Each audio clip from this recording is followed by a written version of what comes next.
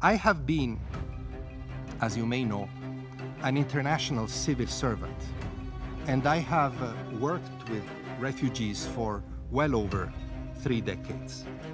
I have seen in my career in this field of work much solidarity, even heroism in some of the responses that are provided on the ground with the support of all of you.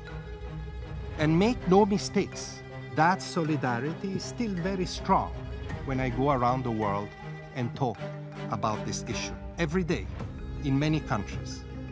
But also in these 3.5 decades, I have never seen such toxicity, such poison in the language of politics, in media, in social media, even in everyday discussions and conversations around this issue. Toxicity that focuses, sadly, tragically, often on refugees, on migrants, on foreigners. That should be of concern to us all.